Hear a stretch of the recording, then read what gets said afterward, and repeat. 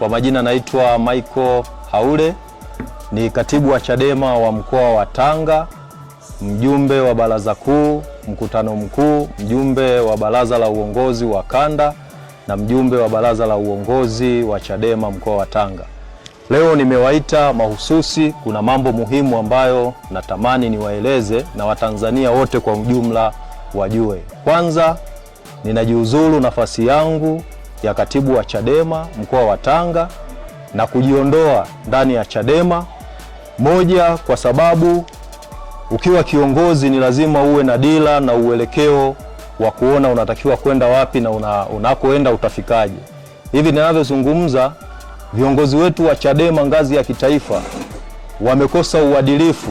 Mwenyekiti wetu wa Chadema Mheshimiwa Tundu Lissu zaidi ya miaka 100 anasota magereza, lakini ukiangalia uelekeo ndani ya chama, ukiwaona mchana unahisi ni viongozi wema na wanafanya mazuri, lakini usiku wanafanya mambo ambayo hayaeleweki, yanaendelea kukiumiza chama. Kwa kuyaona hayo, ninatakiwa niwe na jukwaa huru ambalo litanifanya niweze kuwapigania Watanzania katika haki na kweli ambayo inaweza ikawafanya kesho wakaiona ikawa njema zaidi. Nimesema haya nikiwa na akili timamu na nikitambua kwamba sioni jukwaa lingine la kisiasa kwa maana ya chama kingine cha kisiasa ambacho kinaweza kikafanya haya kwa ajili ya kuwaletea ukombozi wa Tanzania.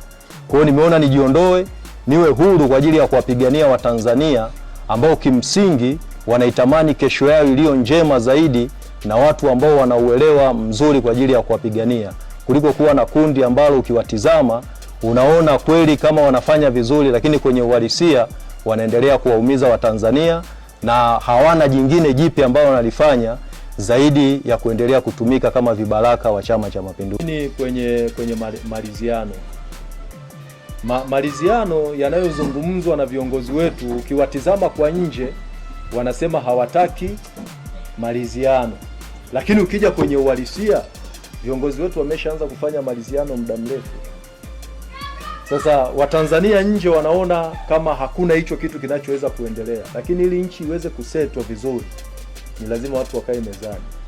Na hata sasa hivi vita vinavyoendelea huko, watu wanatafuta suluhu kwanza, kwa sababu usipotafuta suluhu manake nchi haiwezi kusonga mbele. Hakuna kitu ambacho kinazuia watu kuzungumza ili tuwe na muafaka wa nchi na tuone tunafikaje tunakotaka kwenda. Bila kufanya maliziano, bila kuwa na mazungumzo, bila kuwa na namna ya kuiponya Tanzania, tafasiri yake ni kwamba tutaendelea kuiumiza Tanzania. Sisi ni vizazi ambavyo tunapita, lakini lazima tutizame kizazi hichi kinachokuja, kizazi cha vijana, kizazi cha watoto ambao wanatutegemea.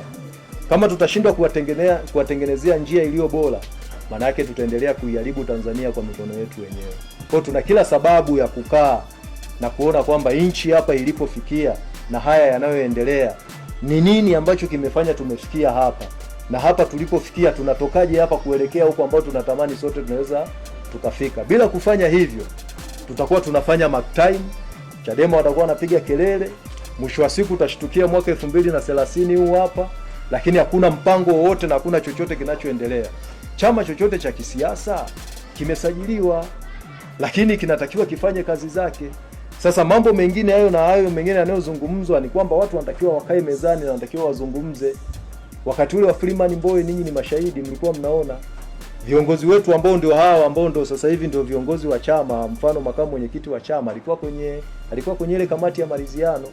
Wakifika wanakubaliana, akitoka nje anakataa yale waliokubaliana. Kwa nini usiyakatae mezani, alafu ukitoka ndani utoke na msimamo wa ndani, utoke nao nje?